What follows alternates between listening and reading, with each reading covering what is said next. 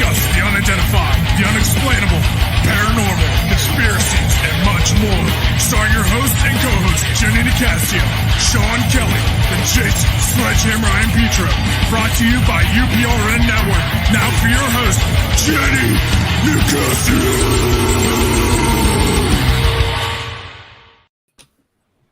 Oh, wow. Torture Tuesday. Good evening, everybody. Welcome to Chasing Prophecy Radio, where we discuss everything outside of the scope of normal on this fabulous Torture Tuesday. Yes. Yes. How are you doing, Hello, Jason? Sean. Hello, Jason. Hello, Sean. How are you? How are you? Just hanging in there. Sweating to death, but hanging in there. We'll turn the air This conditioner weather's on. crazy here. It is. I got a fan on this time. Put an air conditioner in. I was thinking about, you ever seen them little small ones that where you throw it in the freezer and then you fill up with water and ice and it like kind of like plug it in and it blows out cold air. I was thinking of getting one of those. Or you could get like a window air conditioner. Yeah, solve too loud, your too problem. loud, man. Too loud. You wouldn't be able to hear you. I wouldn't hear myself. But, Yeah. how are you doing with the heat?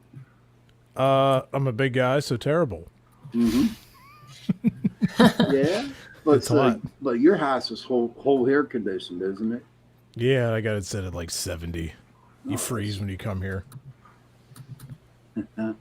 Oh, There's wow. There's your link, Sean. Yeah, I see the link. Yeah, we got. Holy crap, we got a lot of links tonight. Yeah. But listen, I would like to introduce our guest, Jason. All right. Okay, and our guest tonight, Katie Paige, right? Katie Griboski Paige, yep. Katie Griboski Paige is a Colorado MUFON state director. Oh, figures. No, that was me. My phone messed up. Oh, It's Torture Tuesday. This happens I'm every like, I week. know some people don't like MUFON, but She is a strike team area research investigator for MUFON and is the team lead administrator for MUFON's Mars team. That is the archive research reporting system. She's the host of MUFON What's Up radio broadcast on kgradv.com, along with her co-host Chris Deperno and Katie Cook. She also conducts her own independent investigations and research outside of MUFON. She has been a presenter at several conferences and events and has appeared on many radio shows and podcasts, including Coast to Coast with George Knapp, Spaced Out Radio, Coast to Coast Dark Becomes Light with Heidi Hollis, and many more. Katie is the author of Letters of Love and Light. That sounds interesting. For decades of UFO encounters experience, sightings shared with ufologist R. Leo Sprinkle, PhD. She is currently writing her second book, High Strangeness on a Colorado Ranch, the Colorado Skinwalker Ranch. Now that's going to be interesting, everybody. I'm looking forward to reading that here tonight. Cattle cop. Now, see, that's copters. Never heard of that one. Cattle, copters, cryptids, and cover-ups. Katie has personal ties to the Colorado Ranch. This is what motivated her interest in ufology, to find the answers to all her experience. Welcome, Katie. thank you for having me on. Yes, Katie. Welcome to the show. Yes. Well, thank you for having me. Excuse my empty bookcases. We're all packed up and ready to move next week. Actually, close on the place tomorrow, so everything looks a little Congratulations. Congratulations. Thank you. Yes. Moving up to 2 acres of land up in the mountains, up by actually not too far from NORAD. So we'll see how that goes. Oh, there you go. But yeah, thanks for having me on. It's great to be here. Yeah, I've been recent. I kind of started. I love paranormal too. I kind of started out in the ghost hunting world with Stanley Hotel and did the St. Augustine Lighthouse in Florida. The ghost hunters would put on those events, so I did some of those events with Tango and Steve and all that. And that was a lot of fun. That episode was my favorite ghost hunter episode of all time, where the shadows looking down the lighthouse like that. That was Nice, crazy. nice. But, I had a lot of paranormal stuff happen to me throughout my life, and I never really connected it to the UFO ranch that I spent time on as a young girl. And as a lot of us do, we go through life, we're just working our jobs and raising families and doing the thing, and we don't really have time to look into all these things. So after my kids got older, I started revisiting all that crazy stuff that happened back when I was younger. So what in your profile, I'm really interested on this ranch. Can you explain a little bit of that for us, please? Yeah, so basically, I was born in Illinois and moved out to Denver in Colorado in 1970. My mom started dating a man in 1973, and her boyfriend and other family members had a ranch out in Elbert County, Colorado. And so my older sister and I would visit this ranch from time to time, mostly on the weekends. The two younger boys lived with us during the week. And attended the school district we were in. So I didn't live on this ranch property full time, but both my older sister and the family had a lot of unusual experiences there. And I never knew anybody knew anything about it. We were threatened and warned never to talk about it, all the things that were happening out there. So it was like this secret that my sister and I kept all these years. And it wasn't until 2013 when I bought the book Hunt for the Skinwalker, which is all about the Skinwalker Ranch in Utah, which, by the way, when back then, it really wasn't all that known. They didn't have a television show or anything like that. I just bought the book thinking it would have similarities to the stuff I experienced on the ranch in Colorado. And lo and behold, in the chapter Other Hotspots, I start reading about the ranch in my childhood. And in that book, I learned that Dr. Leo Sprinkle, PhD, was one of the investigators out there, along with John Durr, PhD, and who was a seismologist, and Peter Van Arsdale, PhD. And I quickly wrote Dr. Sprinkle a letter verifying that was indeed the ranch in my childhood. And he has an archives actually that's housed in Laramie, Wyoming, and it's only about a 2.5 hour drive to where I live from there. So I drove out there and got all the original documents. And it was there that I learned it just didn't affect our particular ranch property in Kiowa, Colorado, but actually the whole county itself, and even Elizabeth next door, all of Elbert County. And do you guys know of Linda Moulton Howe? Not really, no. not really, no. To be honest with you, no. Well, Linda Moulton Howe, if you ever watch Ancient Aliens or any UFO show, she's a really big name in ufology. And she actually got her start out there in Elbert County in Colorado as a journalist investigating the hundreds of cattle mutilations out there at the time. So we had the similarities. I don't know if you guys got the photos I sent you. I just resent them, so I don't know if you guys have them or not. But the Did you get the photos? But the similarities between the Colorado Ranch and the Skinwalker Ranch both have Native American connections. The Colorado Ranch is Cheyenne and Arapaho, and the Skinwalker is Ute and Navajo. Both have cattle mutilations, strange humming noises, multiple crafts and lights seen in the area, paranormal activity, disembodied voices, strange disappearing boxes, on and on and on. So we can kind of get into these one by one. But the Elbert County Ranch was known in the APRO reports, which was a precursor to, it was right around the time MUFON was put into action in 1969. It was APRO, and it was known as the Clearview Ranch. So if anybody wants to search the Clearview APRO reports, you can actually find them online and read them. And so it was known as Clearview. It was known as the capital close encounter hotspot of the United States at the time. Mutilations were almost occurring daily, so much so that people were armed with shotguns, by their front doors. You didn't go up to anybody's house at night. The Colorado Bureau of Investigations was aware of this. And through my 10 years of research on the property, I have found out that there was a huge military connection out there as well. NORAD was out there, the Colorado Air Force Academy, Camp Carson. So, my question always was, how much of this was military activity and Black access secret projects like MK Ultra, and how much of this was unknown paranormal activity? So that's what I've been researching for 10 years, just looking for answers. Wow, that and what in your research, what have you come up with? What is your whole theory on what's happening out there? We would love to hear Well, it. yeah, well, let me just read to you a couple of things that I found in the documents. So these are original documents, and I wish you had the photos so I could bring them up, because some of them are actually quite interesting. So I flew to Florida actually and interviewed the undersheriff at the time was Bill Waugh. And I flew out to Florida and interviewed Bill's widow, Jean, and his son, Keith, and did an extensive interview with them.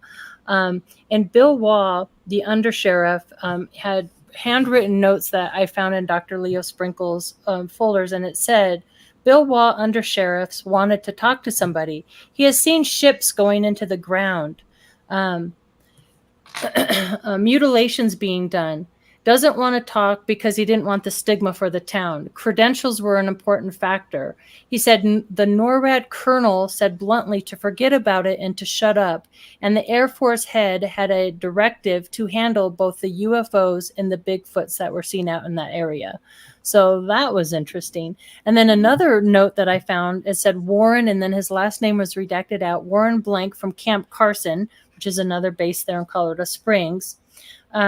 He visited the ranch, which was crazy to me to think that other people were actually on the ranch and knew about what was happening out there. But he said he felt something wrong and he wouldn't go into the woods. And he felt something take over his mind, would make him walk towards the woods, and then it would release him and he would run back to the ranch house. And this did this to him 5 times, which made me think of MK Ultra and mind control. So right. I found that interesting. When I interviewed the Waughs too, Bill Waugh, the sheriff. Now this is a sheriff. He knows the area well. They were actively in the area up in airplanes looking for these mutilators. They thought at the time that possibly they could be tied to satanic religious, cults, whatnot. So they were actively looking for these people. Everybody was. All the ranchers out there at the time, they're losing really expensive cattle, like I said. And there were all these unmarked helicopters being sighted and all this. So it was a really active time. And Bill Waugh, he spots a light, colored lights in the trees. And he knew there was nothing that there was supposed to be there. So he went back into town and got a posse sheriff to go with him. So the two of them go back. And he said that the box, he said it was like a box with these lights next to a tree, and they both just disappeared, which was also reported on the ranch property, these disappearing boxes. And that's something I wouldn't talk about for a long time because it just seems so crazy that these boxes, first of all, what are the boxes? They would make these strange low humming noises. And then if you got close to the boxes, it would change tone into like an angry bee sound. But Skinwalker Ranch has experiencing these disappearing boxes, and so has Trey Hudson. There's another ranch that's called the South Skinwalker Ranch, and they've actually caught these disappearing or these boxes on FLIR cameras. So there's something with these boxes. And I actually had somebody come up to me at a conference and said, do you think possibly these humming noises that are coming from these boxes are maybe like herding the cattle or calming the cattle before they do mutilations?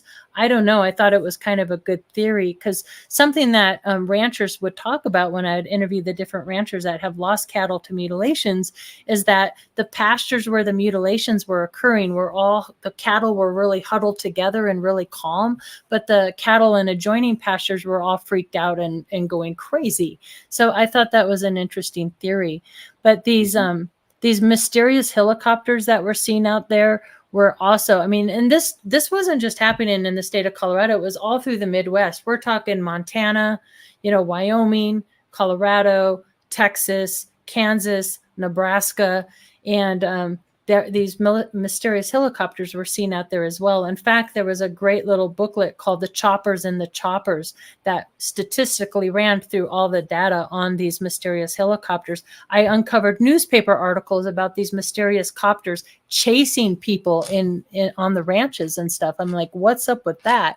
So all sorts of just really crazy activity. And as I've been investigating this, I've talked to a few people. There's somebody known in ufology called Richard Doty, and he was a disinformation officer for the Air Force. If you've ever seen the movie Mirage Man, No. Have you either? Okay, I recommend you guys watch that one because that really speaks to disinformation that gets out out there in the world of UFOs and ufology. And why are they doing that? What is the narrative there? And I asked him if he was aware of the Elbert County property, and he said yes, that he was. So that was really surprising to me. And he, in fact, was the one who told me to go ahead and send the FOIA request to Kirkland Air Force Base on the 2 interceptors that had crashed out there. So in Dr. Sprinkle's files, there was a report that 2 A-7D interceptors out of Buckley Air Force Base actually crashed in pursuit of a UFO. And I was like, holy cow, you've got to be kidding me. Certainly there must be information if 2 interceptors crashed. And I found the newspaper article, found the date and time of this crash, sent a FOIA request to Kirkland, and got a big, thick stack back. And it was super interesting because in there, one of the causes of the crash, it said that supposedly it was an instructor and a student that flew at night over civilian houses with 255 live rounds of ammunition, which is highly unusual. Typically that doesn't happen. And that the instructor misidentified another craft in the area, and that the student also turned off his beacon light instead of turning on it, hit his tail. Both pilots ejected and both survived. But what's interesting, they never identify that other craft. They never said it was a Cessna or another military craft or anything. So it's really highly suspicious. And a lot of the document is blacked out and redacted. So I find that really, really interesting. And in fact, the sheriff said when him and George Yarnell were up there and in their Cessnas looking for these mutilators, that they actually saw an unidentified orange orb craft UFO that they couldn't explain, it just shot off. So there were UFOs spotted out there at the time. So, oh wow, Oh, that's that, very. that yeah. What do you got, Jason? You got a question? Yeah, it sounds like there's a lot of relatively the same incidences going on at these different ranches.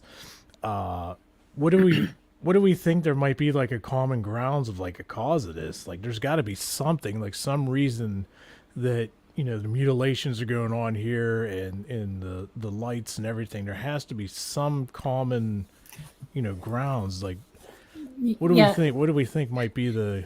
Yeah, I think there's a few different theories out there that we're looking at. One thing that I did, if you go on the internet and you can look at the magnetic map of the United States, so it's where you can see if something's highly magnetic, the areas. And so I checked. There's also a place in Missouri called Marley Woods. So I checked Marley Woods, Bradshaw Ranch in Arizona, the Blind Frog Ranch in Utah, the Skinwalker Ranch in Utah, the Colorado Ranch in Elbert County. And also there is another within the Mars system that you mentioned at the beginning, which was basically all the old reports within MUFON before we went to digital or online. We have over 10,000 reports that a team of us redacted all the information. Is why we're doing that. I find another case called the Ohio-Pyle, Pennsylvania creature case. And that one is very similar to Elbert County and Skinwalker as well. So I looked at Ohio-Pyle, Pennsylvania, and all of these places are pinging the charts as being highly, highly magnetic. It's the shadest light of pink that you can get, meaning those areas are super highly magnetic. We're also looking at just the geography, water features, spring waters. Are they by, like, for example, in Elbert County, we had the Titan missile silos. So is there, a military connection to these places? Are they near, Native American sacred ground places or vortexes, I do believe that there is some sort of portal high energy aspect to this whole phenomenon. I really do. It explains so much if that were to be the case. Yeah. So in the Colorado ranch, I know the Skinwalker Ranch that it's been on TV and everything. There's a lot of radioactive ground out there that they were, trying to see if that has something to do with everything. How is that? Is there a lot of radioactive land up there in the Colorado ranch? It's highly magnetic and there's a lot of springs and rivers. So when I was doing the history of the area, I mean, I wonder about like the macabre or the just the violent history of this land. And that's similar with Skinwalker Ranch too. Like you can just step on in this area and it just feels kind of eerie. It just feels different. The energy feels different. And it's really interesting. I was just a few weeks ago, I was at the Blind Frog Ranch in Vernal, Utah. Wow. And I went to we actually sat in the healing waters at the Blind Frog Ranch. That was pretty fun. But the energy at Blind Frog felt very positive. It felt really good there. And so I think there's something to be said. And I don't know. I mean, I guess that's true in the paranormal world as well. Like you can go into a building or a location and you can just feel that it's somehow different. The energy is different. Absolutely. And that's how it really feels in Elbert County at this particular ranch property.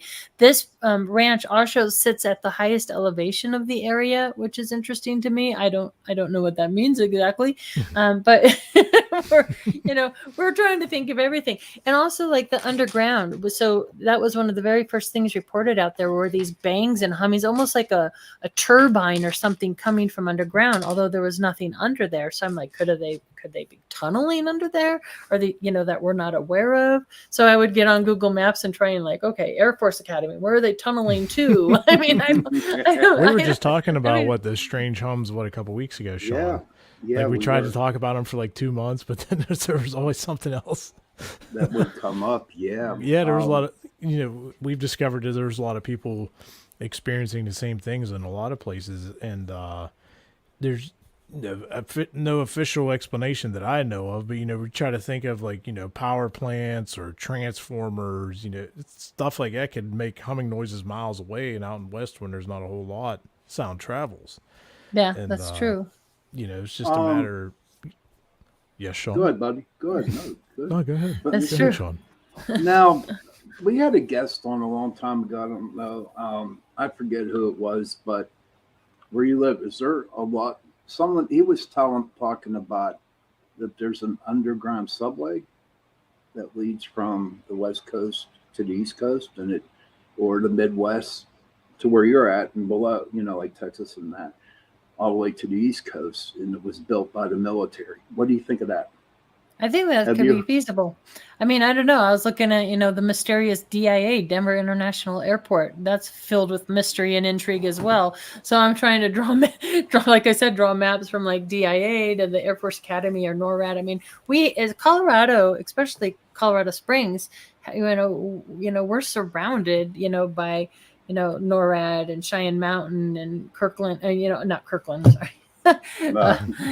Fort Carson, Camp Carson, and in Buttes as one of the biggest helicopter facilities. So I'm always thinking this has to be connected to that somehow. And like I said, I believe that it is, but I believe they were out there trying to figure out what this unusual activity was. So, and so another thing that's controversial, but we'll go there, is the Bigfoot that we're seeing out there. And when I was little, they called them white fuzzies because they were like white and gray.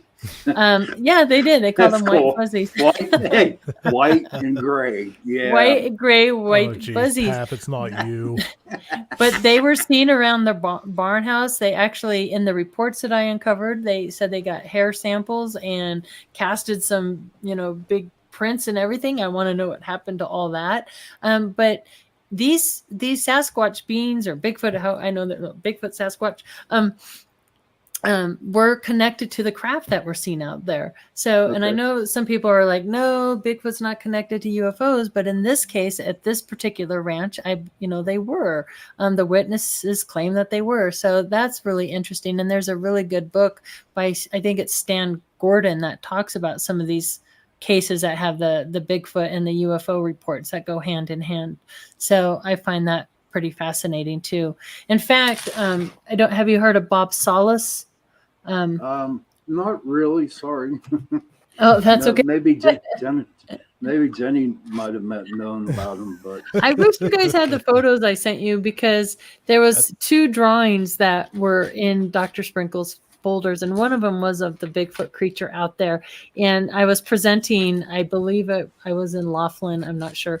And Bob Solis saw the presentation. He had sent me an email and he's like, oh my goodness, we had somebody up in Montana the same years that these were occurring here in Colorado in Elbert County, and they were giving lie detector tests to military men and women who saw these Bigfoot creatures, and he sent a sketch of this Bigfoot creature that we're seeing in conjunction with these mutilations and craft, just like in Elbert County, and they're almost identical. They don't look like anything you normally see. They have these round eyes, kind of shaggy, not very thick hair, this strange looking nose. Gosh, I wish you guys had the photos so I could put them up there. I think Joe's waiting to get them. I sent them. Let me see if they didn't go through. See, we were talking about before on a previous show about how it seems that there is a lot of Bigfoot sightings around the same time as UFOs. Yes. We're finding out, and we're trying to decipher, is this like an interdimensional thing? What would be causing Bigfoot to show up at the same time as UFOs, or does Bigfoot, travel between dimensions too? Yeah. I wonder if they're not like bodyguards or workers or scouts or something like that. I'm sending these photos again. What if the Bigfoots are doing all like the cattle mutilations? Because they're so hard to find, and see them actually. What if they're out there just, super powered, super fast, and well, that's true. Some of those cattle mutilations, didn't they just take their liver or their heart? I mean, it was right. like a little. Well, they'd always not always, but most of the time would drain the blood. Other animals like mountain lions or coyotes or any other animals would never approach these mutilated cattle. It was like eerie, no tracks were found. So I went and interviewed a woman named Sheila. She lived in Wyoming, and her family actually homesteaded this area in Elbert County. So if you go to the museum, a lot of it's about her family, right? They were early homesteaders, and they had lost several cattle to mutilations back during this time. So I drove out and interviewed her. And she got married right out of high school in 1978, and they moved to Rama, Colorado, which is just right by where the ranch is. It's Elbert County and then Rama. They're really, really close.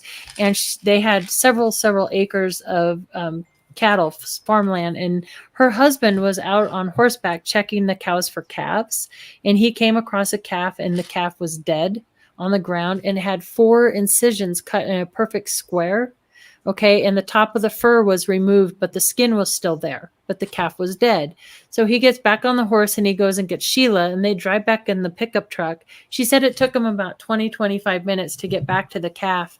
By the time they got back, that calf had been completely mutilated, blood drained, organ removed. And what was super awesome is she messaged me on Facebook and said, "You're not going to believe this. I found the photographs." So and again, I just resent those photographs because I wanted to share them with you guys. But there was no track marks. She said they felt like they were being watched. It was really eerie. It scared the bejesus out of them. No truck. They were miles off the county road. She said there was no helicopter sounds, nothing.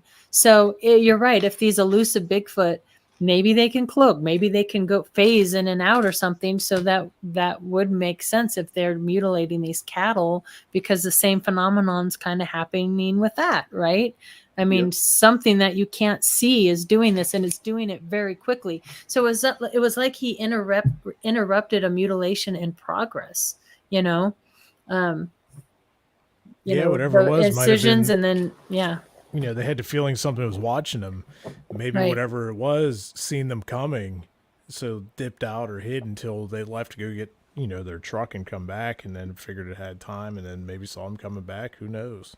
Yeah, I don't know, but there was no other truck marks or car marks or footprints or anything around the calf, which is, you can actually see it in the photograph. You could see the hoofs from his horse, but there was nobody there, and it was like soft dirt, like you would have had footprints up to that calf. So that one, and then not only did she find the photograph from that, but she also found a photograph. She said, coyotes, if they eat a calf, they jump on the hind end and they just rip at it. They eat the calf alive. They just tear it apart alive.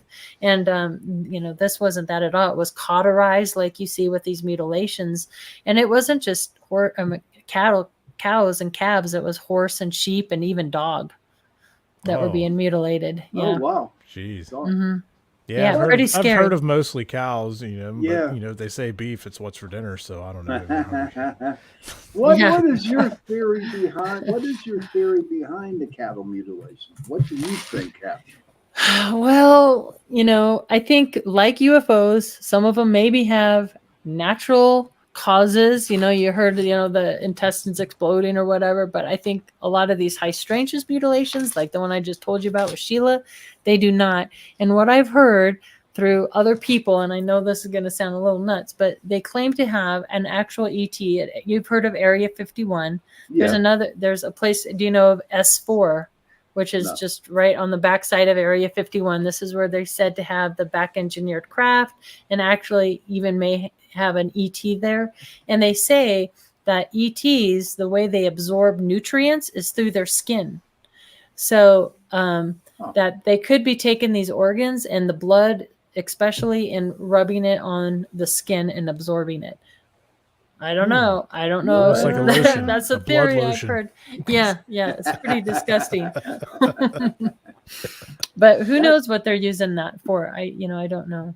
I do know that Chuck Sikowski and Christopher O'Brien are kind of the cattle mutilation experts, and I know Christopher O'Brien has written several books. If you look up his name, Mystery Stalks the Prairie and others. Actually, he even in one of those books he talks about one of the early mutilations. The cow was actually placed on the doorsteps of NORAD as like Oh. a message my of some gosh. sort, like, don't mess with us. Here's a mutilated Wow. cattle, and we're going to put it right on your doorstep. For as long as all the mutilations have been going on, like I haven't seen any like actual concrete evidence of what's doing it. I'm just trying to figure out like how come at this point with so many, how come we haven't been able to catch it yet? Exactly, and There's that's why it's been years and years and years. So there's got to be some way to film or get caught on camera or something. Right. And that's always been, people ask me like, this happened so long ago, why are you still investigating it? Well, we don't have answers still. And I also get asked often if these mutilations are still occurring. Now, obviously they're not occurring to the degree they were for that period of time, but we are still, a matter of fact, when I went to interview Sheila, her family is still well connected with a lot of these Midwest ranchers. And she actually said, look, just a few weeks ago, here's a mutilated cow, but the ranchers don't report them. A, they don't want the stigma. Two, they know this has been going on for decades and nothing happens. They don't get any answers to this mystery. So they just don't even report it anymore. Every now and again, MUFON will get a cattle mutilation case, but it's really rare because they just don't report it. They write it off on their taxes and cut the losses and go on. But to me, it's still ongoing and it's still unsolved. So, and you're right, back in the day, people, I found newspaper articles where they were offering $10,000 rewards to catch these, the mutilators, and they never caught anybody. Yeah, they never caught anybody. So, I don't know. It's pretty scary. Have you ever seen an alien before? No, I have not seen an alien. However, they were reports. So John and the oldest son and the neighbor lady all reported seeing ETs on the land out there. In fact, there was a sketch of one in particular ET that was spotted out on the land. And gosh darn it, I wish he had those photos. I just resent them, so I hope he gets them this time. They're in a zip folder, so he has to extract them all if he gets them. Because there's so many of them. Joe, did you get them, buddy?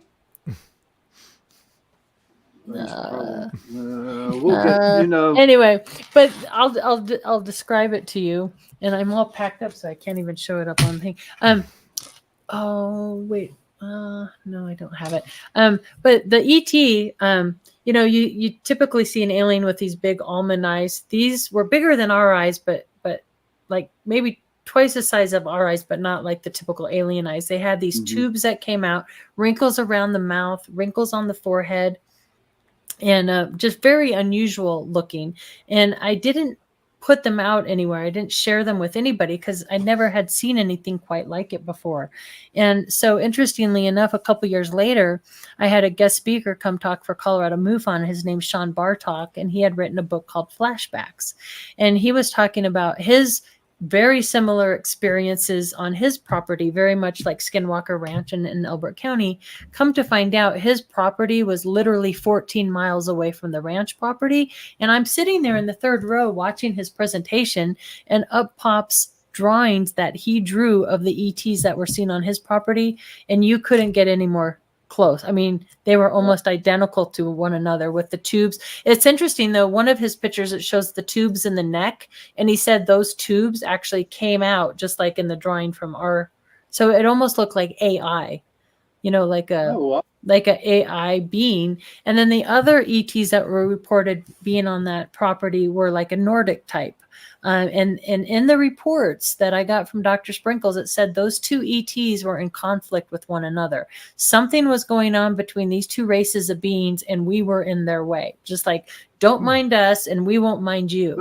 The Crips and the Bloods, yeah. Yeah, sort of. Jeez. Yeah. It's true. It's true. So I never witnessed them personally with my own eyes, but I did have a really terrifying night, my sister and I had some physical effects after I got home because we lived about an hour away from the ranch property. So my sister and I and the three boys were all hanging out. I believe it was the boys' mother's birthday. They were up playing board games, and all of a sudden that humming noise started up, that and all the power in the house went out. And so, when you're young kids, you're like, oh my God, flashlights, candles. And at that time, the brightest white light you ever saw came through the window. Okay. And that's when the disembodied electrical voice gave us that warning. We have allowed you to remain. Your friends will be instructed to remain silent concerning us. Oh, it was terrifying. And there was no power in the house, yet this booming voice was everywhere. Could that have been the military trying to scare us? Yes, it could have been. I still am not sure about that. But that night when I got home, I actually went paralyzed. I couldn't talk for a good few minutes, and then had my first really bad migraine headache and suffered migraine headaches after that, along with shadow figures in my room. They would often come in 2 or 3s, these tall shadow figures. So I never slept alone after that. We moved the bed up against the wall. You check the closet, you check under the bed. I slept with Big Sister. Yeah, because it was the boogeyman. That's what it was. It was these tall shadow figures, and they peep around, the doorways. And, I also had an encounter with a basketball-sized blue orb. And I kind of always separated the paranormal stuff and the UFO stuff until skinwalkers at the Pentagon started talking about this hitchhiker phenomenon that they get at Skinwalker Ranch. And they have had the same encounters with these blue orbs, these same blue basketball-sized orbs, and the shadow figures. And they seem to follow people home. When you go to these high strangeness locations, they will sometimes follow you back, to your home. So they call them hitchhikers, which is a good book, by the way. If you want to read a good book, Skinwalkers at the Pentagon is a really good one. Wow. I wonder if those orbs are just trying to see what's going on, or figure out who you are or what your intentions were, kind of thing, or just getting attached.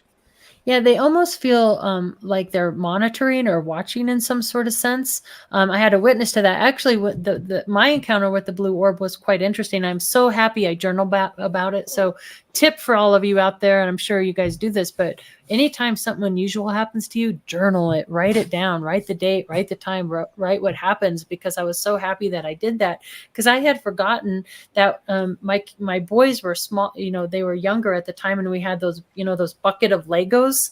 I had a red bucket of Legos, and it was in my bedroom. Yeah. But the bucket tipped over in my room. That's what woke me up. The whole bucket of Legos tipped over. Okay. And that woke me up out of my sleep. And I looked in the corner of my room, and that's where I saw the big basketball sized blue orb. And it got kind of more dense in the center of it. And so I woke up my husband, Steve. I'm like, wake up, you got, so he saw it. But as soon as he kind of caught eyes on it, the thing just went and disappeared. And at that time, the auto lights from the people behind us, they kept going on and off. So that was really strange. I don't know what that was, but it did feel some sort of like monitoring or watching, or I don't know what. Sean, do you think that Yeah. might be something more paranormal, or do you think that might be more towards UFOs? I think that's more paranormal. You Mhm. know, when you mention blue orb, to me, a blue orb is a very good orb. All right. Oh, So very angelic, I would have to oh, say. I hope You so. know, but oh, no doubt you're still around, aren't you? Yeah. No, I've heard that some people say they're healing, that they're They are very blue orbs healing. healing, and others have said that they're not. So, it's that same kind of thing. Well, which is it? I don't know. I don't know. Well, at least you're here talking to us now. But yeah, no, it's amazing because I'm glad you brought that up, Jason, asking about that. I I always wonder, are the angels actually protecting us from the aliens? What do you think? I've kind of, through my research and talking to people, both, talking to Heidi Hollis, and that's something we talk about, that some of these very scary, negative paranormal events that happen to people, whether they're paranormal or ET contact or whatever, can be very frightening, but somehow it seems to be a trend where they turn into a more spiritual, positive occurrence for a lot of people. And Heidi's like, well, you might need to be careful because that could be tricksters at play, which I'm always worried about. And just like when you go into a paranormal investigation, it's always good to protect yourself with white light and positive thought and all that good positive energy, because you don't want those negative attachments. But yeah, I've come to believe there has to be some sort of battle or war or something, just like in biblical times, for good and evil, and that's Oh, true it's with going on ETs as well. Yeah, and all the between, fear yeah, that's happening right now. some from what do they call them? The lizard people and the Greys are battling. You know what? I don't know. Reptilians. Reptilians. We I just call them talked lizard about that people. on our show cryptids. earlier. So, But you know yeah. what? It just seems, if you look at it, just the world today is in such chaos. You know what I mean? It's just nothing's right, and Yeah. it's affecting everybody. It's And Well, that's it's a topsy-turvy. perfect feasting ground for negative energy. yeah, With all the chaos that's out there, so maybe that's why more stuff is becoming to light. Right. I don't know. I don't know. It just hopefully one day it will get better. Who knows? But Yeah. you're on this star team, right? Hmm.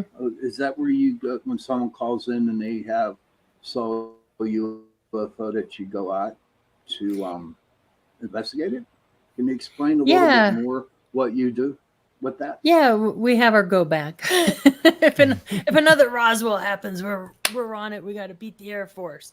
Now, actually, in reality, a lot of what we do as MUFON investigators actually is pretty boring and tedious. A lot of what people report we can explain as Starlink satellites or airplanes or drones or bugs or birds or blah, blah, blah. So we do a lot of what we do on the computer as far as checking things like stellarium, heavens above for satellites, flight radar 24. But when we have really good cases where people are seeing, sometimes multiple sightings night after night, or they have trace evidence, landing sites, or photographic video evidence, we do go on site, and we can, just like with a ghost hunt, we can measure for EMF, measure things, or take soil samples and things like that, and do, of course, the most important part is just interviewing and separating witnesses and whatnot, and getting their testimony on tape and getting really good reports, because I think history is really important, to try and analyze the data and also look for commonalities between people's experiences.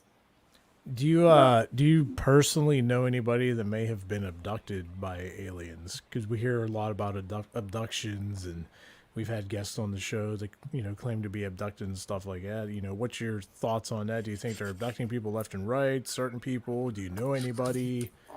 We're Well, just trying to get to the bottom of it. yeah, that's one I've been leery about for a while.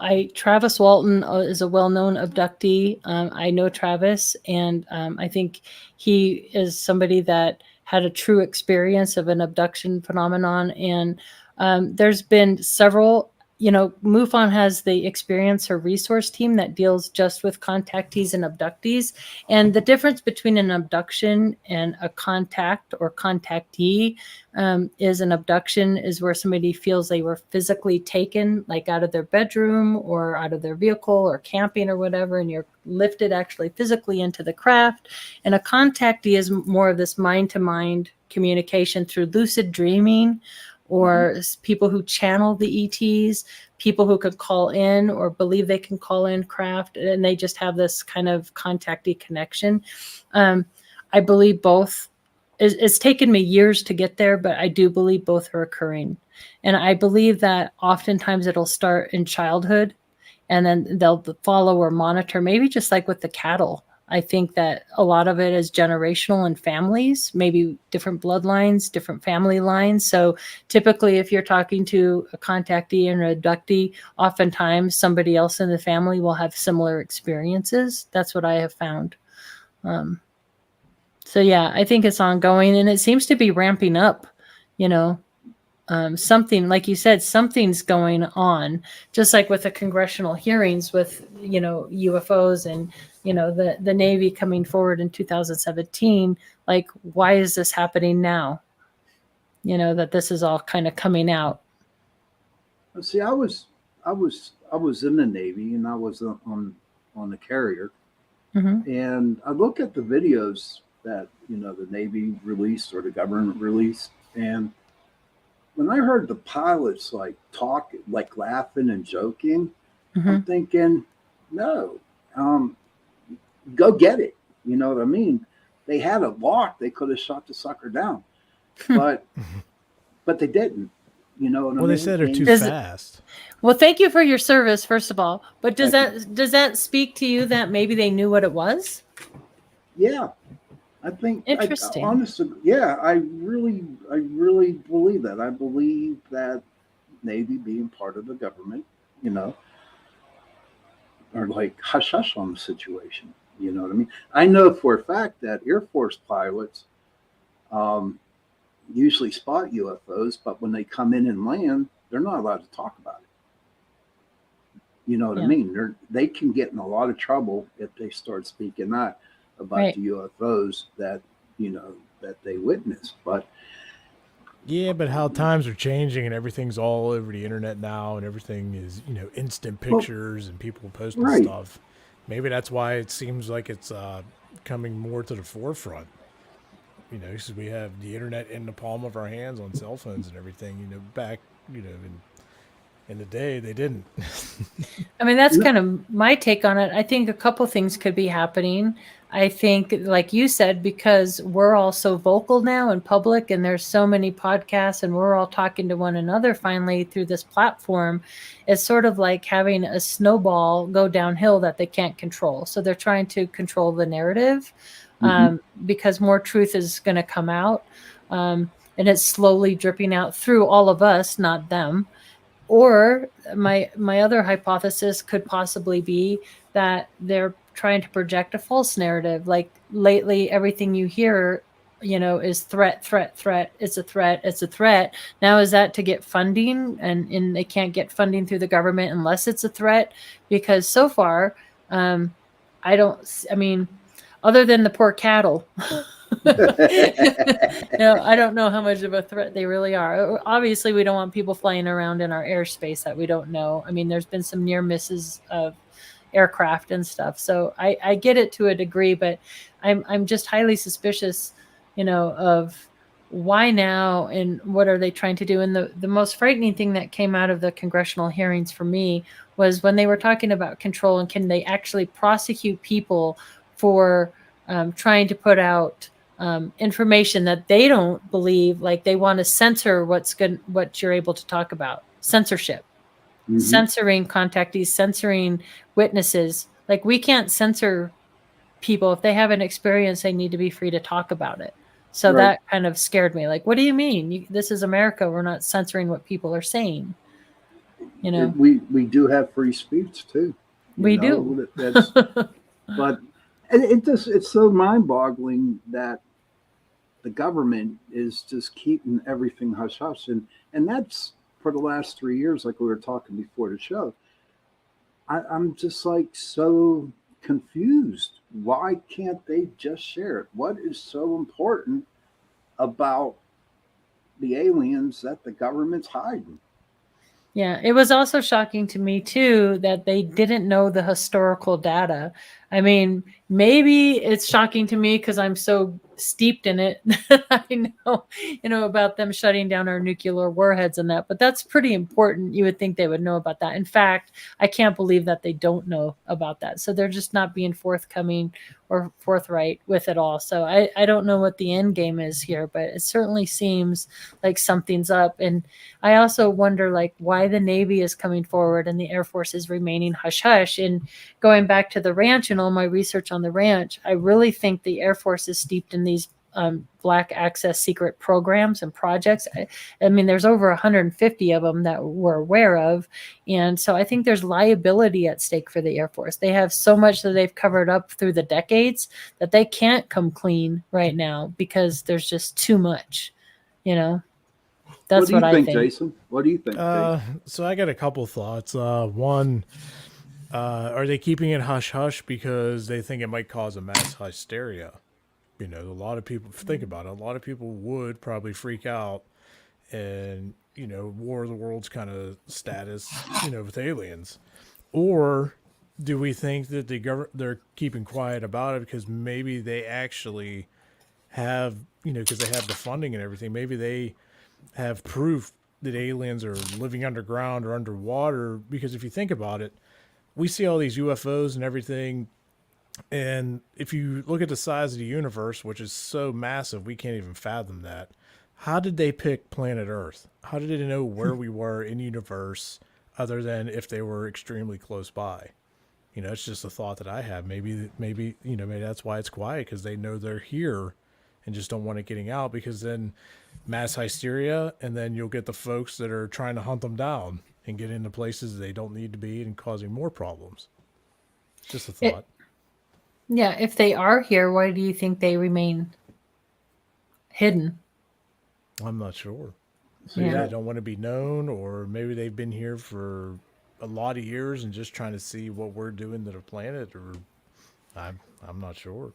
Yeah. I mean, I look at it like this. If there was an alien attack, we got 30 seconds and we're done. You know what I mean?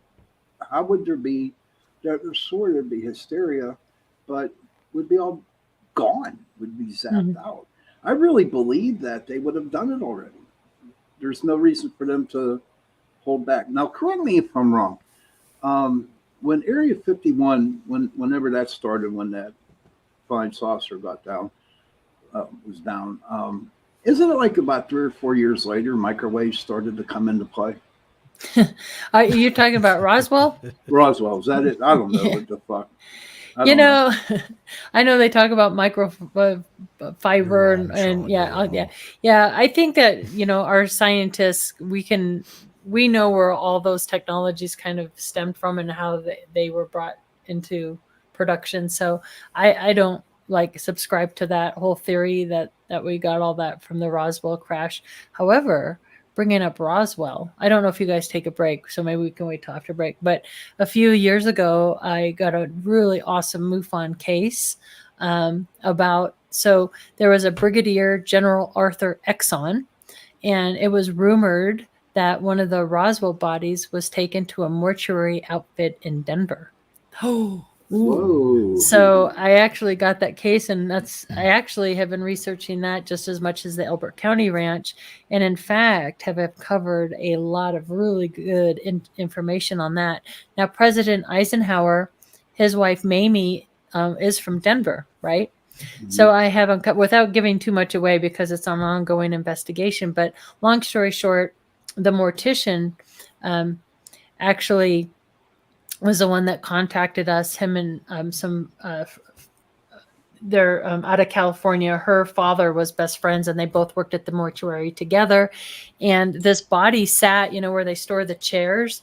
this vault sat in the corner of this room down in the basement of this mortuary for decades, and he didn't think there was a body in there, and finally inquired about it, and turns out there was a judge who had a hold on this body, and curiosity got the best of him, so he pulled his caper and he went in the middle of the night and opened the vault, and he was shocked to see a child-sized casket in there with a body that it was a child-sized body under 7 layers of formaldehyde cloth. All the visceral was completely removed. The genitals were cut out, orifices for ears, really heavy brows. He did not think ET at the time. He wasn't into, because my first question was, why did you take a picture? Oh my God, it's the Roswell body. And he said, well, he didn't think that at the time. He thought severely hydrocephalic child. It wasn't until years later that he and his wife were hang gliding in Truth or Consequences in around the Roswell area in New Mexico that they just happened to visit the Roswell Museum and learned about this rumored body taken to a mortuary outfit in Denver, that all the bells and whistles went off in his head, and thought, oh my gosh, that's what it was that I saw. And what's interesting about that is the judge that had the hold on the body was a federally appointed judge by Nixon. And he was a crash retrieval specialist judge and the infectious disease judge. They were also, so the owner of the mortuary, the Eisenhowers, and the judge were all 33-degree Mason and went to the same lodge that was close to Fitzsimmons and Lowry. Right. Wow. Yeah. So I've been gathering my documents and talking with Don Schmidt and others about this whole rumored body here. And what's cool about it is I do believe I know where that body was moved to. It's in a very secure location where nobody would ever get access to it. But, I'm trying to see if there's ways where we can verify that there's perhaps at least a vault under the ground where I think they moved this body to.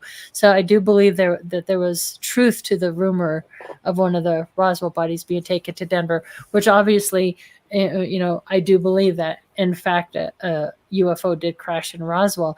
I mean, if you're not into ufology, you hear about Roswell in 1947, but there was a huge wave of UFO sightings all across the country in 1947, and a lot in New Mexico, where we're testing the atomic bomb and whatnot. There's Aztec and Socorro and so many others around the New Mexico Trinity site. So it's really a fascinating time for UFOs. So is there like other cases that, say, like after our show and tomorrow I'm off, I'm wondering if I, research 1947 different places, will they come up on the computer? Just not Roswell, but other places? Not as much as I would hope. Gosh, I wish, Doug Wilson he was the state director in Colorado before I was, and he did a great presentation on all the 1947 crashes. But I can certainly, Barry Roth actually has, Doug Wilson. But Barry Roth actually has a great book out too that goes through a lot of these less known cases in 1947. So maybe search less known UFO cases in 1947, but I could certainly maybe send you some links to look at. I'm not one of those researchers that has all the names and dates up in my head like an encyclopedia. Hey, some of these guys, I'm just like blown away that they can remember all these. Oh yeah, it's General. Blah, blah, blah, blah. I'm like, what? Anyway, so we've heard before that a lot of people that end up getting abducted by aliens seem to have something in common of having a rare blood type. What is your opinion on that? Do you think that plays a factor into this, or is it just happen to be coincidental? Well, I asked that question a lot to other people. I think it was Nick Redford that did the Bloodlines of the Gods, who talks about the Rh negative factor. Is it the Basque people? They say the Rh negative is a mutation, right, of our genome. So yes, there's a higher percentage of people with Rh negative. But it's still only, I want to say, I just talked to Kathleen Martin about this, and I want to say she threw out somewhere like 37% or something like that. Don't quote me exactly. But so a higher percentage are Rh negative, but certainly the vast majority are not, right? So So I don't know. It's interesting I have noticed just through all the years of interviewing contactees and abductees and even witnesses, or a lot of times people that have ET contact, they become very spiritual, or they'll become psychic, or more just intuitively aware, sensitive, maybe precognitive. A lot of them go on to be healers or whatnot. And it's interesting because I do notice an overwhelmingly amount of people that I talk to anyway will have green eyes, blue eyes, maybe Irish descent. So I have noticed that just from my own personal talking with people. Okay. Sean, didn't you say that you got abducted a long time ago from having some rare blood? I could have sworn I remember you saying that on one of our shows. When I was with Joe, I was talking to him, and I don't know, Jason, honest to God, because all I know is that I was sleeping, this big bright light came in on me. Mm-hmm. But at that time, when we first started, hi, Joe. But once we started about aliens in this show here, I was confused. It took me a long time to understand the RH factor. Something about O negative blood, that's something. But no, I don't know if I was or not, to be honest with you. All I know is that my eyes were closed, and I just saw this real bright light, and that maybe I was. I don't know. Did you have your pineapple shirt on? Oh, God, no. No, I didn't have my pineapple shirt. Not at all. Hey, Joe, how are you, buddy? Pretty good. I was listening to y'all talk about blood types, since my organization is the one that invented the blood type thing and brought it into being in the universe. I always tell everybody the same thing. There's 4 ancient aliens I've done about blood types. Anybody can go check them out. I noticed Linda Moulton Howe tried to pick it up later on, but no one's got the in-depth research that we do when it comes to alien abductions or blood types. What is your research showing with the RH negative? Well, currently we have 86,000 cases on file. Oh, wow. And 65% of all the cases we have on file are RH negative. That's really and interesting. Almost 68% are what I like to say colored eyes. They're other than brown eyes. Let's say it like that. Yeah, that's what I've noticed too. Because the eye color is kind of diverse. It was pretty much green and blue, but now they're kind of making more mutations. We're getting other colors now. So even though they want to lump everything under brown, blue, or green, it's a little different than that these days. Like the hazel green. Yeah, I've noticed that too. Very overwhelming blue, green-eyed. But you know what they all have in common, right? They're all mutations, all of them. Right. People don't realize this, but 2 million years ago, we were brown-eyed, brown-skinned, brown-haired. That's what we were. We were a very boring race. I mean, there was no diversity into us. Brown eyes. My wife has brown eyes. I'm not criticizing. Yeah. But around 35 or 45,000 years ago, out of the blue, RH negative came on the scene for no reason, and it's a baby killer. So Mother Nature wouldn't have created it. It kills babies. Until the antedenogen gene was invented, you had to go down and you couldn't have babies. That's why you had to have blood tests when you got married. Right. Somebody, they said, you had to have blood tests. I said, yeah, they had to know a blood test so you wouldn't have problems with your children. So like, you're kidding me. I'm like, no. So that happened to me. Yeah, I know. And then of course RH negative or O negative is the universal donor, and it's also the purest form of blood known to man. So all of a sudden, out of the blue, something, Mother Nature, God, or ET dropped this in our lap 40,000 years ago, and it's been making a slow but surely progression into our society from 1% to 10%. Now it's at 16%, and it's grown. And I agree. Overwhelmingly, contactees seem to possess these. And I hate when I say this because it always comes out to the same thing. Oh, well, only RH negative people. No, that's not true. RH positive people get abducted just as much. But the thing of it is if you go back 500 years or maybe 1,500 years, you would find more than likely that RH positive outnumbered RH negative. But as time goes on, that is changing, and it's changing swiftly. And I'm not exactly sure why. It's a little scary. Go ahead. I'm sorry. Right. And what I was going to say is, too, you got to remember, just like my mother, for example, is RH negative, and I'm RH positive. I'm A positive. My mother's A negative. Yeah. And just like with my youngest son, Tyler, every 3 weeks ultrasound. They had blood transfusions ready because my antigens, my antibody E was trying to fight off his. So there's that compatibility issue with the blood. So, just because somebody is abducted or contacted who is positive blood doesn't mean they don't stem from a line of also negative, A negatives or O negative. Very well said. It's more than likely, I would think, and this is sheer speculation at this point, I would think somewhere along the line, one of the alien races, whether it's Greys, reptilians, humans, whoever they want to blame it on, more than likely it was the Greys, but gave us a gift. We know through the Sumerian text that there was a human race like ours on this planet, but it was a slave race, and they weren't sentient the way we are. We also know through the same text that the reptilians used to come in, steal, and rape their women. The children were born different. Well, the first time I heard this story, I said, oh, they must look different. No, they acted differently. They were self-aware. And when I found out that humans actually had a reptilian section in their brain, and it was a very big part of who and what we are, then I realized there was a slave race, the reptilians interbred, and they became more like we are today. They were more positive, they were more outgoing. They were asking, why in the hell why am I out here plowing the field? Why don't you get your ass out here and plow the field? It was just, it changed. And Go ahead, Sean. What did you want to say? Yeah, I got, excuse me, Joe. Go ahead, baby. Sure. I'm just dropping in for a minute. No, this second hour sponsors our show, Carnation. So That's right, thank you, Carnation. Thank you, Carnation. Thank you, Carnation, for Torture Tuesday. Joe, did you get the pictures?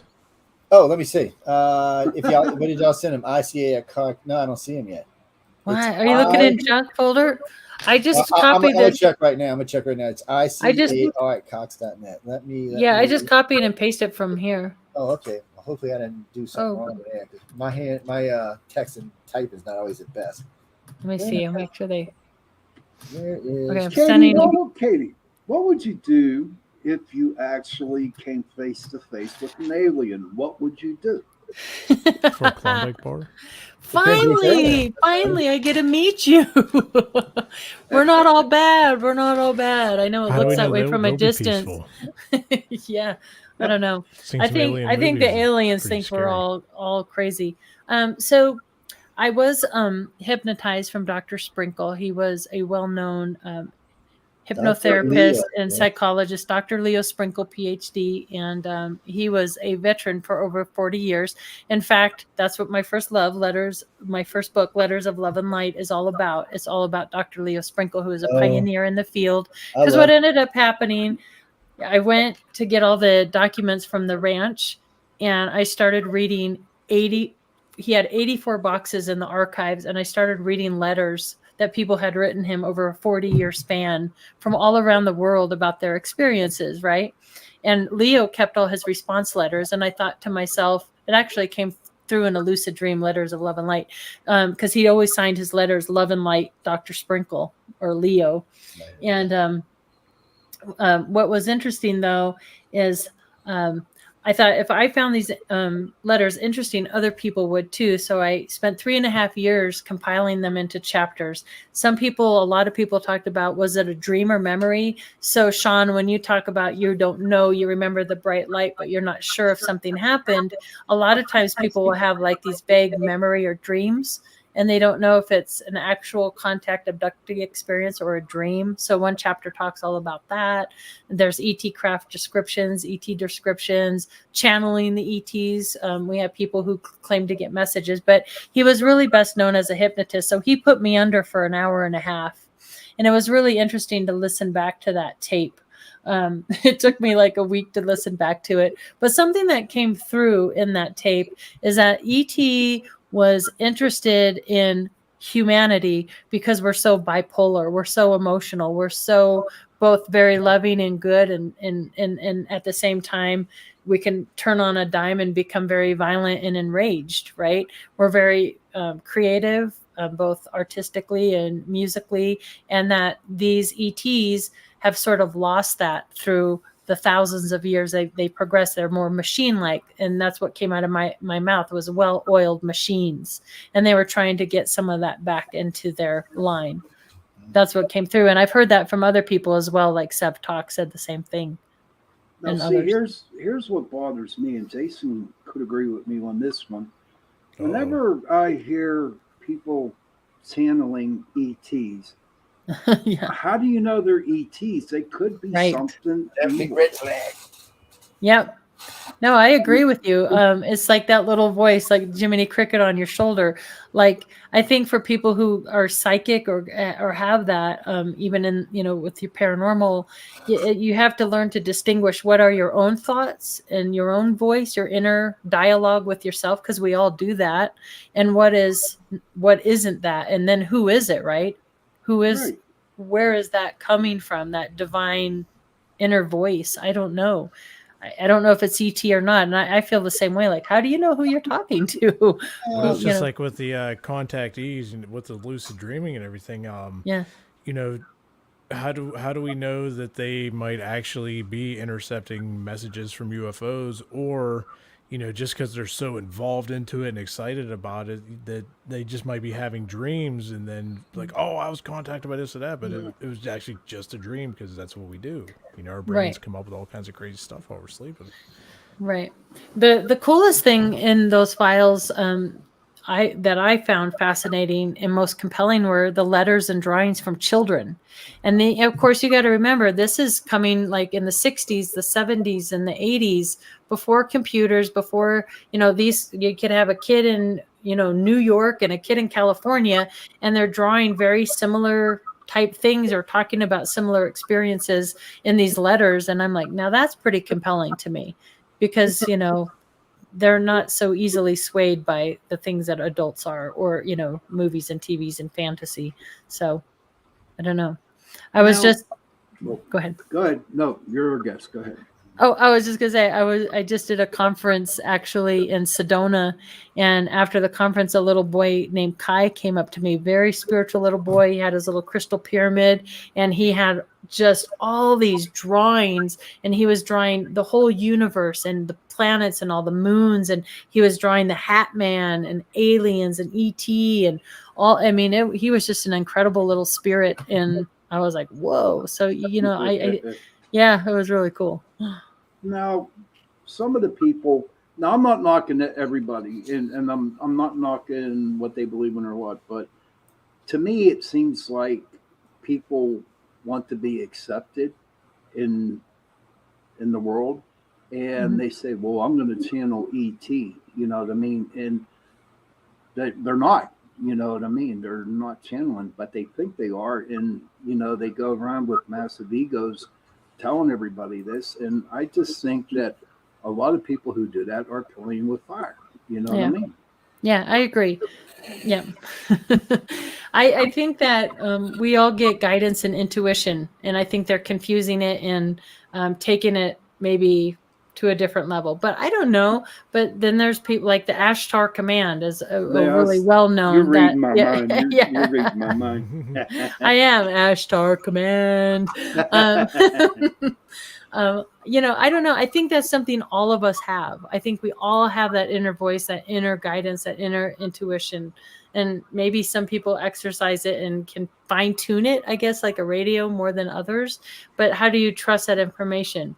I mean, come on, like people have been, and nothing will bring that to your attention when you're reading all these letters. And I'm reading from, they're predicting the end of the world over and over and over again, or they're predicting, and none of that has come to pass.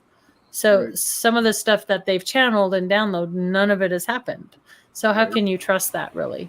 I don't know. True. You need to learn about the Holocaust dreams. That'll help you to understand that. 1/3 of all of our contactees have what we call the Holocaust dream. It's not anytime soon, probably isn't for a very long time, and it doesn't kill or wipe out everyone on the planet, but it's very interesting because ICAR keeps we keep everybody separate. So we have like a base group of abductees we use for research, and then we have everybody else, because we have right now we currently have 4 6th-generation cases, 10 5th-generation cases, and almost, I think current membership is almost 100,000 right now. Wow. And I'd say the majority of them are abductees or contactees, because that's the only thing we really, we kind of keep it to ourselves. It's all privately funded. So yeah. So they're seeing like an apocalypse, like an end of the world scenario. What's weird about them? I'll go real fast because I don't want to get into your time. They see this like they're in a city, and all the lights are working, everything's on, all the cars are parked on the side of the streets. There's no bodies laying around or anything like that.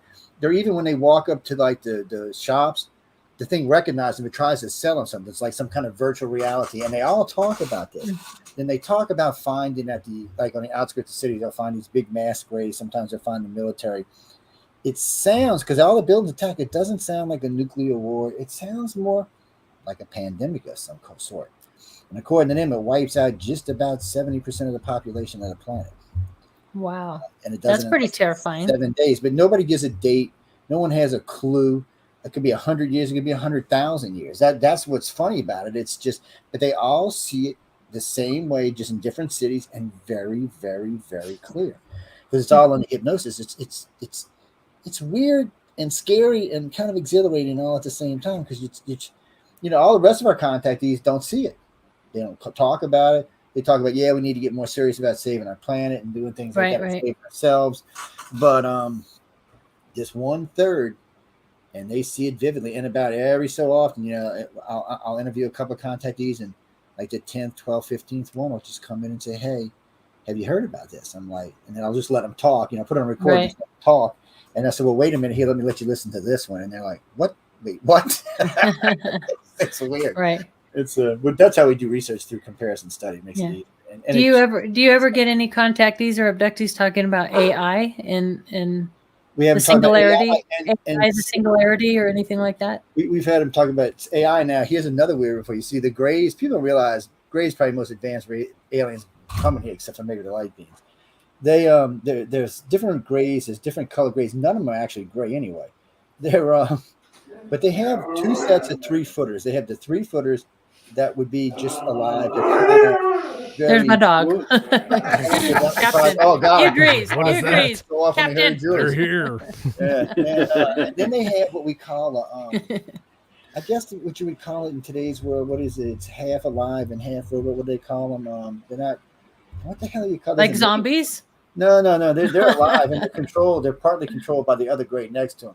But there's a name for them. There's even movies made out of about half human, half cyborgs. Cyborg. Yeah. So these Greys, the little Greys, one set of them are cyborgs, and they work with the other 3-foot Greys. But then there's the 5-6-foot Greys, the 7-9-foot Greys, and none of them are gray. That's one of the reasons when we talk to abductees, it's considered abduction criteria, and to know the actual colors of what they actually really are. The Greys is a Hollywood thing. They came out as a Hollywood color, but that's not truly their color. And I'll tell you this. A lot of Greys, if they haven't fed recently, are translucent. I've heard that. Yeah, because they their food through their predator. Skin. Yeah, we've learned a lot about them over the years. We've got a lot of people, and we learned a lot.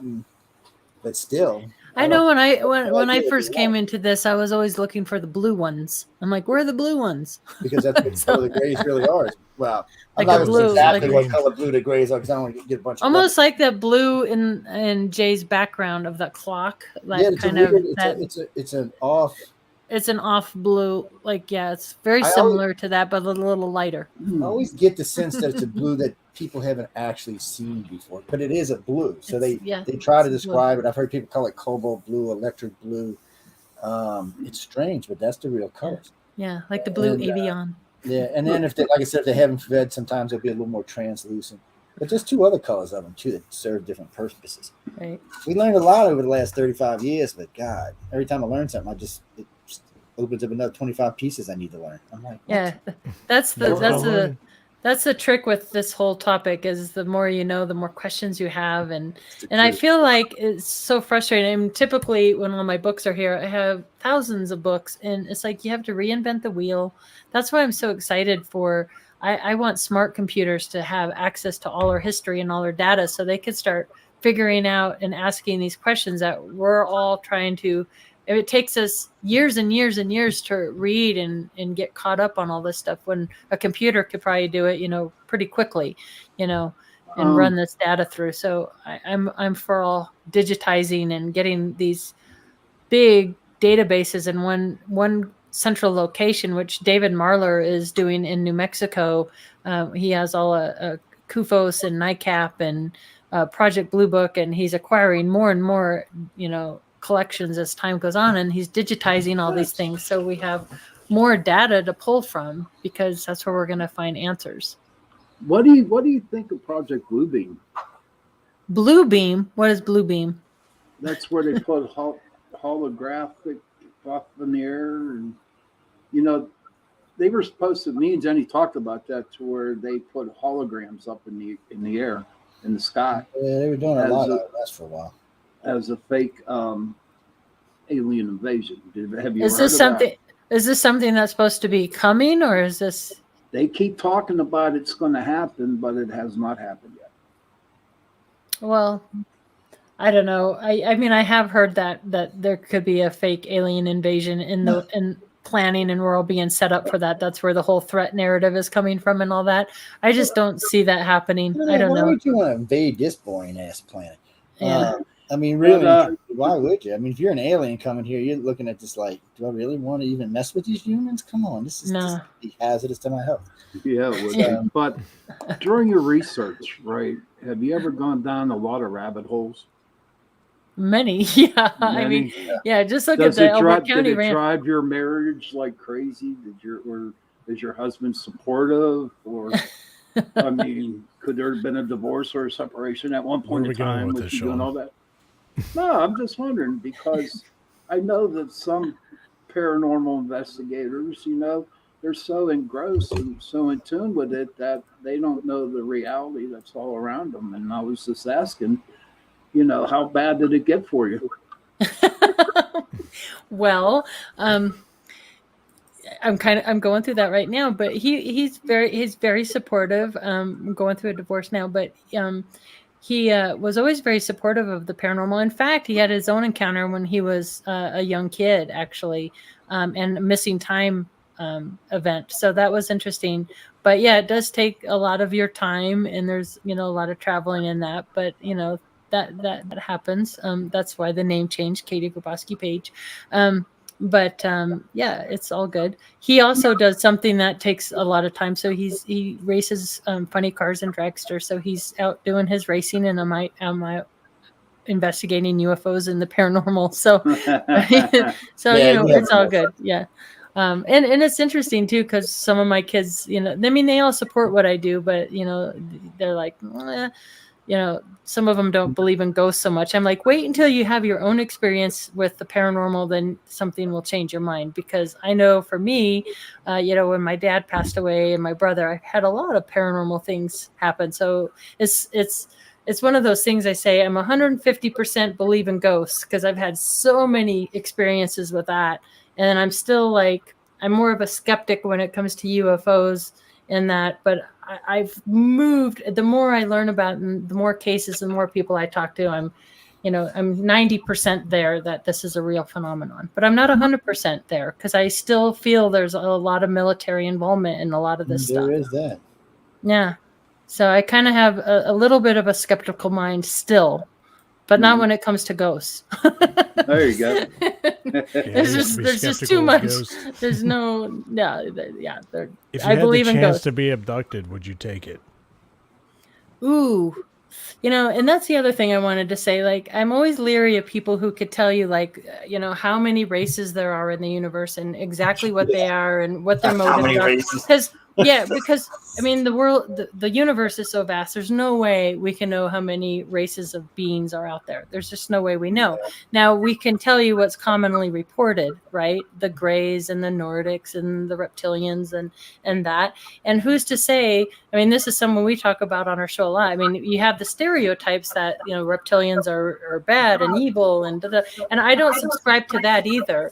I don't think you could take a whole race of any type of being and put them all in these boxes of good and evil. So would I be willing to be abducted? I suppose I would, just because I'd be really curious. I guess I'd deal with the consequences later. Let's hope I get some nice ones. I don't know. But just think about you're willing and you finally do get abducted, and all that research you've done, you just throw out the door because it wasn't what you thought it was. Yeah, So, that's why I'd you want know to be what I mean? abducted, so I could go, okay, I have my checklist. Let's see who was right. I have a whole bunch of questions I would ask him. And in fact, when I interviewed Dr. Leo Sprinkle, he passed away November 15th of 2021. So we just lost Leo. I got to see him a month before he passed. And I asked him, you know, like, gosh, you've been at this for over 40 years and you're at the end of your life. You know, he knew he didn't have but a little bit of time left. Do you regret spending your whole life looking for these answers? And he said to me, Katie, he's like, absolutely not, because he got to meet so many fascinating people and have so many great conversations throughout his life, you know, meeting abductees and contactees and researchers and skeptics and just all of it. I mean, it's such a huge mystery, you know, all of it, the Bigfoot, the UFOs, the paranormal, all of it. So, I mean, I can't imagine just talking about the weather at this point, because we have so many questions about just the nature of reality itself, you know, who we are, why we're here, where we're going, all that stuff, you know. Well, it's about time to let you go, dear. We appreciate you being on the show. I Joe, appreciate did you you get the having pictures me. before she goes? I ain't seen No, them. no. Hold on, I'll tell you again, but I haven't seen them come in. And I've been leaving Dang it it, I open. don't know why. I don't know. It's We can have you something back weird on, between- Katie. Is that We're okay? back on. We'll get them.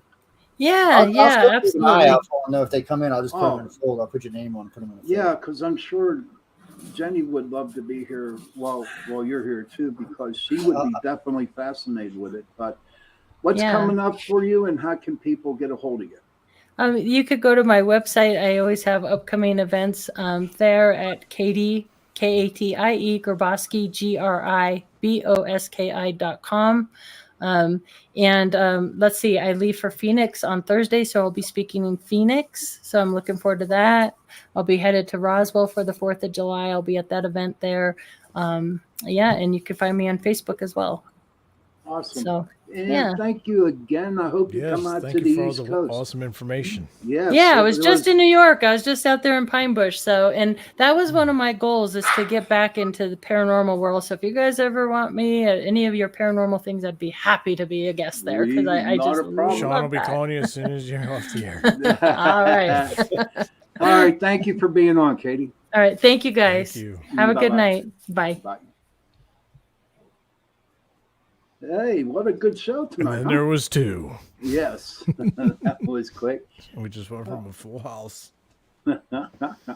So, what did you think of her? What did you think of our guest tonight?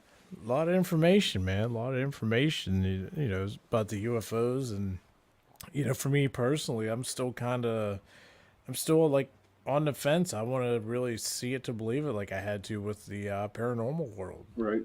You know, once I fully experienced it, it was a mind opener and changed my whole outlook on all of that. So I'm waiting to see, you know, some actual aliens, and you know, that'd just be amazing.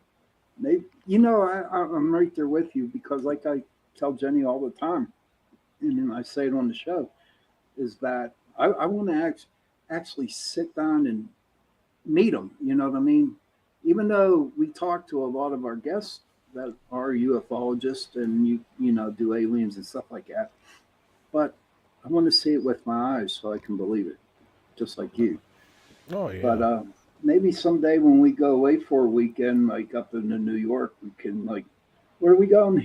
What's the name of that house? Hinsdale House. I know. Yes. I don't know why I keep saying Hillman, but there's a bunch of woods out there in the back, and that just seems to fascinate me. But maybe we should just take a ride up to Westmoreland County and see if we can find any Bigfoot or aliens or UFOs, something different. What do you think? Well, we've had I forget who it was. One of our previous guests was talking about UFO sightings out on Route 119 in Connellsville, and with my job, I travel that road actually a lot.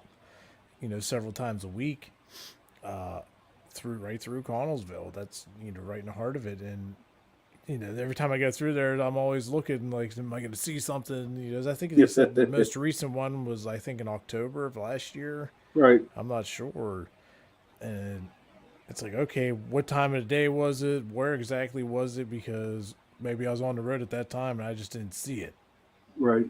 You know, so But Yeah. So have you, like, that's a good question to ask you. Being on the road, like you said, on 119 or any other place, have you ever experienced anything like, you know, how you get whenever we go investigate a house? Do you ever get like that kind of feeling when you're driving your truck and you're in Connellsville or Brownsville, whatever? Have you ever ridden in a roll-off truck or semi? Semi one time. That was it. All I can say is bouncy, bouncy, bouncy. The only thing you're feeling is your guts churning in your stomach from all the bouncing around in these trucks. So it's kind of hard to have. Yeah, like, especially the have ones that have the rubber block suspension and not airbags, like the one I drive. Oh my God, is it brutal? You know, I'm going to need some new kidneys probably pretty soon. But this, you know, as far as doing my job, no, I haven't really, you know, been on the road and be, you know, because I'm just focused on, you know, being safe and watching all the crazy drivers around me. They, you know, causing, you know, could cause potential accidents or whatever. Right. But, you know, we go to some investigations driving down the roads, or you get to an area and, you know, you just feel the energy of the area, whether, Well, yeah. you know, it might be something like, it's like, just gives you that weird vibe, like something's not right. You know, that's probably the most I get, you know, with a lot of areas. When like I'm going down to see a friend of mine down around 84 PA, and I've been down there many a times, and visiting my friends down there, and it's eerie as hell, man. Honest to God. How about that one? How about that one that we went to before that speaking engagement we did? That one house that there was no lights on the road and we couldn't, you know what I mean? Oh, the one before the Bigfoot convention? Yeah. Yeah. How about that? Down in the middle of the woods. And then we find out we could have went in from the other direction and it wouldn't have been anywhere near as bad. Right. Just my God. Craters in the road, and it's like, wow, I can't believe there's a house back here. That was hey, really cool, though. Do you have any off-topic news? Well, here's something off topic I was looking at last week. I didn't get to really look into it too much. I just kind of skimmed over it. But what do you think about the psychology behind colors? I just stumbled across this. You know, I was down the rabbit hole, and this popped up. I was trying to read them a little bit, and it's how different colors can, you know, alter your mood or how you're feeling or, you know, just general well-being. Did you ever stop to think about that for a minute? Like you walk into a room and, like, you know, say the wall's one color, and, you know, you might make you feel upbeat and, you know, good. And then, you know, you go somewhere else and it might be a totally darker color. And then you start to feel just like, you know, ominous or whatever. You know what? Yeah, no, I'm glad you brought that up because there are many places I've gone to. Like, now I understand why they paint meat rooms white, you know, because it's so energetic, you know what I mean? I'm standing there cutting meat when it's like 50 degrees. Well, that way you can see where all the blood stains are to clean it up. Yeah, absolutely. We do have a bottle of luminol at work. Okay, so if one of us got cut and it mixes in with the other blood, you can pick, you know what I mean? But yeah, so my store you work at, I'm not buying any meat there. Shot and save, buddy, over there in Castle Sand. But my off topic about how people scam people, and I'll give you a good, for instance, my mom. All right. Now, my mom, she's what, 83? She's 83 now. And we needed concrete, a sidewalk alongside of the house. And we got these guys, and they gave her a quote on how much they're charging for the whole job. She ended up paying close to $4,000 more. You know, I just want to warn people out there, you know, get other information from other jobs that they did. They really destroyed my mom, man. Well, because she had to pay that extra $4,000. Well, here's my thoughts on that. So, you know, it could be right, it could be wrong. I don't know. Just from working in different fields like that. So you got an estimate, right? So you get it. They probably gave your mom an estimate, probably agreed, like, okay, this is probably what it's going to be. But you got to remember, it's an estimate. Right. Unless they said this is what it's going to be, not a penny Okay. more. But when they say estimate, because they allow for that ballpark of maybe it'll take less, or maybe it'll take more, or once we start digging in, what else is going to, snowball into other issues. Right. Right. Like if you're getting your house worked on and you're remodeling a room, you get an estimate for that. It's going to be $10,000 to do whatever you're doing, and then they start tearing floor up and find you had leaky water. Now they got to rip stuff out that wasn't supposed to. Then what you get the call like, hey, it's going to be another $4,000 or $5,000, and you're like, what do you mean? You told me this, told me that. Right. So now I do know there are a lot of scammers out there, so that you do have to be careful. So it's always good to read reviews and do your research, get multiple estimates from different companies. Maybe somebody referred you to somebody that's trustworthy. That's the best route to take. Right. But so you just gotta be careful. But it's not unheard of with big projects. Be like, hey, we need this much more of this because we ran into that. So I don't know. The sad thing about the whole deal was I'm going to have to take a video after it rains. See, the people who did the sidewalk before, the water was running toward the house. You know what I mean? Yeah. It wasn't running away from the house. And we had a lot of structural damage because of the water going in. And this guy was supposed to even, take it to the other side, but he didn't. He, when it rained the other day, there was a big puddle right by the house. He did it wrong. Do you know what I mean? He did it wrong. And I just, I feel bad for my mom. You know what I mean? So please listen to what Jason had to say. Trust somebody. Go out and get pictures and, get different information about that. But you know what? We got 4 minutes left, brother. So 4 what's minutes on your mind? Yeah. Oh, what's on my mind? I got a long day ahead of me tomorrow. Got to head out of town for some weld work, so that'll be fun. How long you gonna be gone today? It's usually like a day or two. Mm-hmm. Nothing crazy, but Oh, hopefully it's not a hard job for you to do. Well, I think there's like a bunch of units that I'll be working on, and so it's gonna be Thursday's gonna be a hammer down kind of day. Okay. Hopefully, we'll get them all done. You just have a safe trip, dude. Really, have a safe trip. But, maybe I'll keep my eyes open. You never know; you might see on the highway. Yeah. How about all those people out there saying that they see hitchhikers or people walking down the road? Well, look what happened to you and Russ up in Gettysburg when he caught that soldier. That picture. You know what I mean? Yeah. I mean, we were just driving around and he was snapping pictures, and then he caught one. So, well, for me, I got my weekends tomorrow, so I'm off Wednesday and Thursday, and I gotta go see my friends. And my son had a job interview down in Columbus, and I'm hoping for that. You know what I mean? I hope he does pretty decent, but we'll see what happens.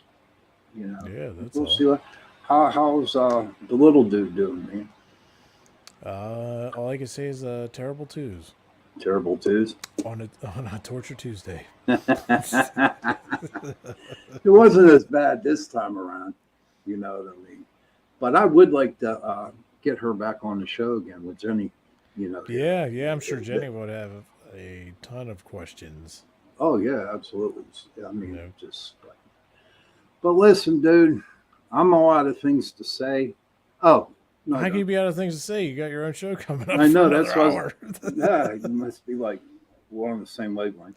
Well, hey, real quick. So, you, what was your determination last week when you were talking about? Is there a difference between Satan and Lucifer? What did you come up with? I honestly, yes, I do believe. I believe that somehow whoever wrote the Bible in the different books somehow mix it up automatically. The story of him being thrown out of heaven. My thing is that if God loved this dude so much, right? Okay, Yeah. he was the best angel at all, and I'm sure that angel felt the same way. You know what I mean?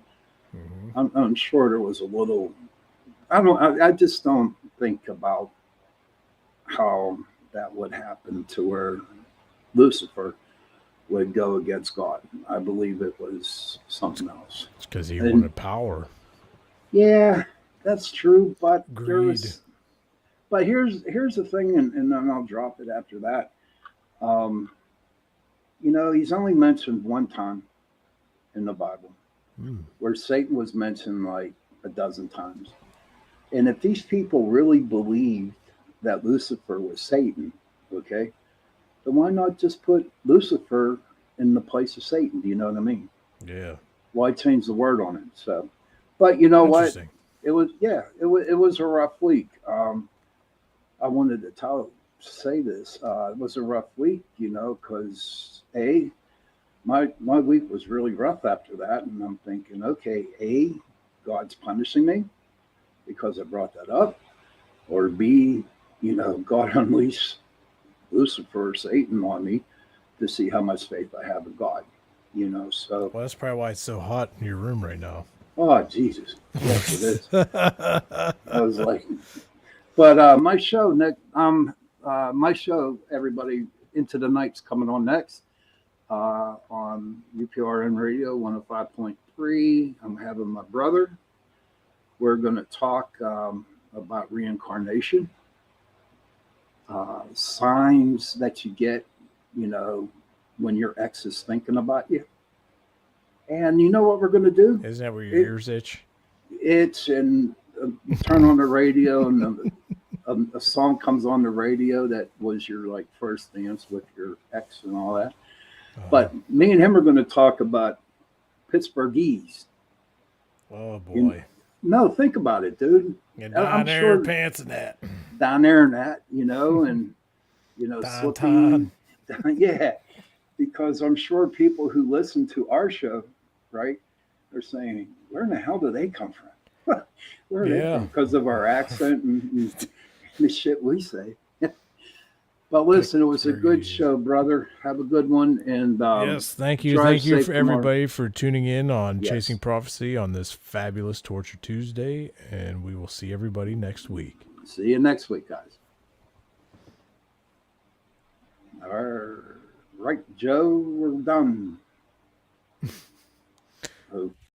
There we go. Nope, no, still live.